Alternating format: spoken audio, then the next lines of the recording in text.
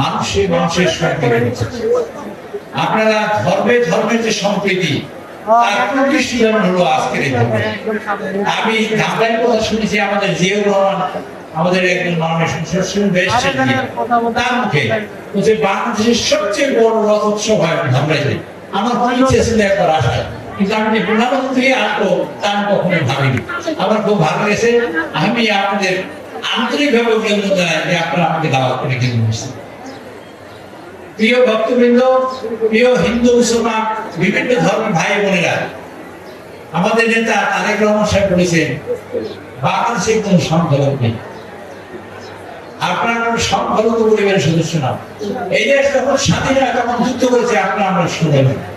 এই দেশে স্বাধীন করার জন্য আপনারা জীবন দিয়েছেন, এই দেশে স্বাধীন করার জন্য আপনারা রক্ত দিয়েছেন, দেশ ছেড়ে পালিয়েছেন।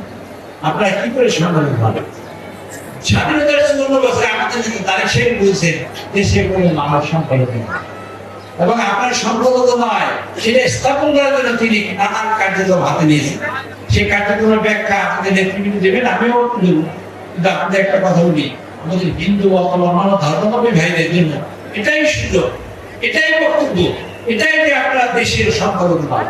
আপনারা এই দেশের নাগরিক, একজন নাগরিক মুসলমান হিসেবে যে অধিকার ভোগ করবে একজন সংখ্যালঘু সম্প্রদায় যারা বলে আসতে হবে সকল মানুষের একই অধিকার। একজন হিন্দুর যে অধিকার, একজন মুসলমানের একই অধিকার, একজন খ্রিস্টান, বৌদ্ধ এবং অন্যান্য ধর্মের সকল মানুষের অধিকার। এই দৃষ্টিভঙ্গি নিয়ে তাই আজকে গভর্নমেন্টে বসছে, ক্ষমতায় বসছে, আজকে দায়িত্ব পালন করছে। আমরা তাকে অভিনন্দন জানাই। তাই রহমানের এই চিন্তা একটা বিশেষ স্বাধীনতা ৭৪ বছরের দেশের কোন তাই কথা এই কথা বলে তিনি যে প্রমাণ করেছেন, ধরুন আমি একটা উদাহরণ দিয়ে বলতে চাই, একটা ১০০ চাকরি হবে, একজন সংখ্যালঘু সম্প্রদায়ের লিখিত পরীক্ষা বা ভাইবা পরীক্ষা পাস করছেন মানে ৬৭, তাই সে বলছেন ৬৭ চাকরি। এখানে মুসলমানদের কোনো আলাদা কোটা নেই, হিন্দুদের কোনো কোটা নেই, মুসলিমদের কোটা নেই, বৌদ্ধদের কোটা নেই, কারো কোনো কোটা নেই। কোটা হলে একটা, যিনি মেধাবী তার জন্য এই দেশ, মেধাবী এই দেশ গঠন করছে। আপনারা সেটা উপবোধ হোক, কাজে কাজ মিলে দেশ গঠন করবে, তার জন্য তিনি ডাক দিয়েছেন অনেক কিছু। বাংলাদেশের সরকার গঠন করার পর প্রথম বৈঠকের প্রথম সিদ্ধান্ত ১০,০০০ টাকা পর্যন্ত কৃষকের কৃষি সুদ সহযোগ বাংলাদেশে তারেক রহমান করেছেন। গ্রামে গঞ্জে তার বাবা মধ্যে গ্রামে গঞ্জে মানুষের কষ্ট দিয়েছে, দুঃখ দেখেছেন, যন্ত্রণা দেখেছেন। সেই যন্ত্রণা দেখে তিনি কৃষক কার্ড, ফ্যামিলি কার্ড এবং মায়েদের বোনদের জন্য এবং শিক্ষা কার্ড, তারপর প্রবাসী কার্ড, হেলথ কার্ড সহ নানান জাতীয় সর্বশেষ তিনি বলছেন সকল সুযোগ সুবিধা দেয় কার্ডের মধ্যে দেবো, তারপর একটা ইউনিভার্সাল কার্ড করবো। গত পরশু দিন তিনি পার্লামেন্টে বলেছেন, গতকাল সমাপ্তি তিনি বলেছেন ইউনিভার্সাল হেলথ কার্ড পেয়ে আপনারা কি করবেন? আপনার সন্তানের লেখাপড়া নিশ্চিত করবেন, আমার মায়েরা, আমার বোনেরা যারা আছেন তারা যাতে ভালো জীবন যাপন করেন এবং সংসারের দায়িত্ব নিতে পারেন, তার জন্য ২৫০০ টাকা পরিমাণ সম্পদ দিবেন, যাতে আপনারা দুবেলা না খেয়ে না থাকতে হয় তার ব্যবস্থা দিয়ে গেছে। তার একটা স্বপ্ন গ্রামে গঞ্জে ঘুরে দেশে স্বাবলম্বী হবে। আমার মায়েরা কষ্ট না পাক, আমাদের দেশের সন্তানরা কষ্ট না পাক, সন্তানরা শিক্ষিত, এদেশের মানুষ শিক্ষিত, এদেশের মানুষ ভালো থাকুক, এই দেশ। তার জন্য তিনি নানান জাতীয় কার্যক্রম করা শুরু করেছেন। একটা কাজ করেছেন ২০,০০০ কিলোমিটার খাল খনন, ২০,০০০ কিলোমিটার। আমরা বলেছিলেন আমরা দেশ স্বাধীন করেছিলাম এটা গণতন্ত্রের জন্য। আমরা ৭৫ সালে পাস হবে এক দল, কোনো দল থাকবে এটা সেখান থেকে বেরিয়ে ৩ বছরের মাত্রায় খাদ্যের সংশোধন করেছে। এই খাদ্যটা উলসিত কর্ম ১০ থেকে তার ধারাবাহিকতায় ২০,০০০ কিলোমিটার খাল। এই ধারাবাহিকতা ২টা খাল খনন করার কথা ছিল ২,৮০,০০,০০০ টাকা। আপনাদের এমন একটি পেয়েছে ২,৮০,০০০ টাকার খাল খনন করবার ১,২০,০০,০০০ টাকা সরকারের কাছে দিয়েছেন, দরকার হবে না, খাল পেয়েছে। আপনি একবার গণতান্ত্রিক নেতার জন্য সবাই মিলে আপনাদের দরকার নেই, এরকম শর্ততে আপনারা নির্বাচিত করেন। আমরা এখানে দেখেছি হাজার হাজার লক্ষ লক্ষ কোটি টাকা দেশ থেকে বাংলাদেশ থেকে গত ১৬ বছর বছরে 15 বছরে 30 লক্ষ কোটি টাকা হিসাব মতো বাবু বলেছেন 28 লক্ষ কোটি টাকা, 342 বিলিয়ন ডলার। আর সেটা আমি বলি 30 বলতে সুবিধার জন্য বলি, হয়তো অনেক বেশি হবে। আজকে দেখেছে আপনার পত্রিকায় 57,000 কোটি টাকা হাসিনার পরিবার থেকে উদ্ধার করেছে। হাসিনার পরিবারের 57,000 কোটি টাকা, আর তার সদর ব্যাসপিং সেন্টার ছিল সব মিলিয়ে 74,000 কোটি টাকা। ভেবে দেখুন তারা কি করতো, তারা পূজার আগে বা বিভিন্ন সময় একটা মন্দিরে আগুন লাগিয়ে মন্দিরে মূর্তির হাত ভাঙতে পাহান ইচ্ছে কিন্তু বাবা। আচ্ছা আপনাদের প্রশ্ন যদি করি গত 2 বছরে কয়টা মন্দিরে আগুন শেষ করি, এটা কি বলবো আমাদের সকলের হয়ে যাবে। একটা মন্দিরের কোথাও আক্রমণ করে কোন অসুবিধা নেই।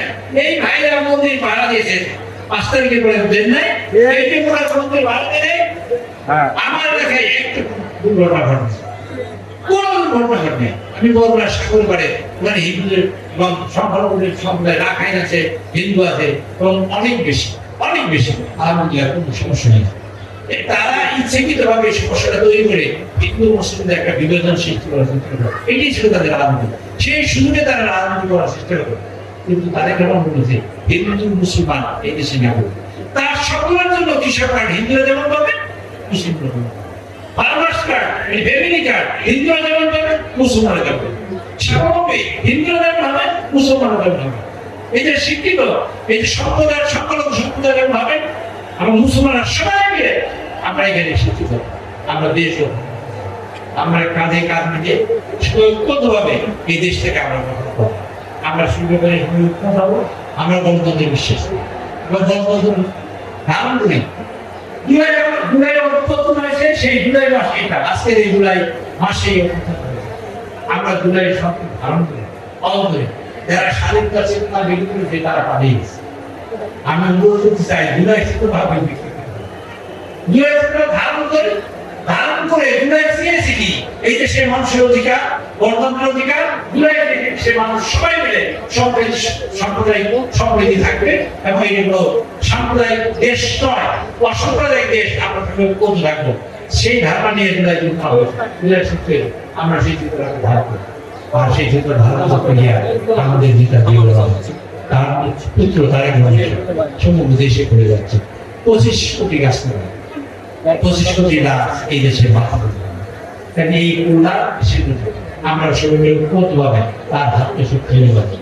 আমি আজকের এই অনুষ্ঠানে বিএনপির বক্তৃতা দিতে আসছি সাম্প্রদায়িক সম্প্রীতির কথা বলতে, কিন্তু বিএনপি একটা কথা না বললেই নয়।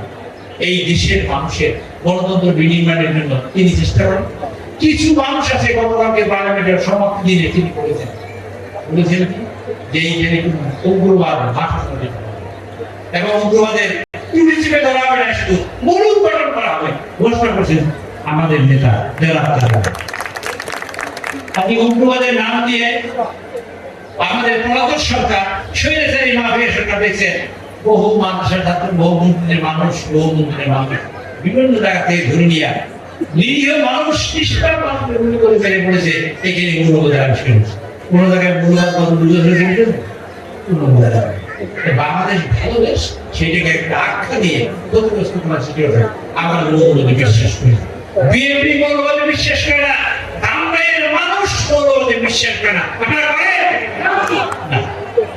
আমরা বিএনপি সেটা চাই না এবং আমরা মূল্যবাদবিহীন একটা সমৃদ্ধি দেশ এবং সকলে মিশে এই দেশটা গঠন করবো সেই প্রত্যাশা করি।